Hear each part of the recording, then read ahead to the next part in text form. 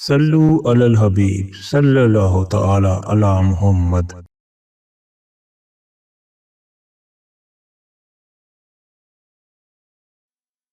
بسم اللہ الرحمن الرحیم۔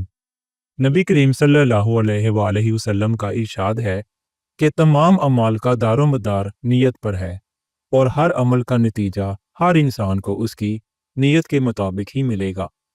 پس جس کی ہجرت ترک وطن، دولت دنیا حاصل کرنے کے لیے ہو یا کسی عورت سے شادی کی غرض ہو، پس اس کی ہجرت انہی چیزوں کے لیے ہوگی جن کے حاصل کرنے کی نیت سے اس نے ہجرت کی ہے۔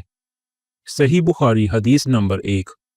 ایک شخص حارث بن حشام نامی نے حضور صلی اللہ علیہ وآلہ وسلم سے سوال کیا تھا کہ حضور صلی اللہ علیہ وآلہ وسلم، آپ پر وحی کیسے نازل ہوتی ہے؟ آپ صلی اللہ علیہ وآلہ وسلم نے ارشاد فرمایا کہ وحی نازل ہوتے وقت کبھی مجھ کو گھنٹی کسی آواز محسوس ہوتی ہے، اور وحی کی یہ کیفیت مجھ پر بہت شاق گزرتی ہے۔ جب یہ کیفیت ختم ہوتی ہے تو میرے دل و دماغ پر اس فرشتے کے ذریعے نازل شدہ وحی محفوظ ہو جاتی ہے، اور کسی وقت ایسا ہوتا ہے کہ فرشتہ بشکل انسان میرے پاس آتا ہے اور مجھ سے کلام کرتا ہے، پس میں اس کا کہا ہوا یاد رکھ لیتا ہوں۔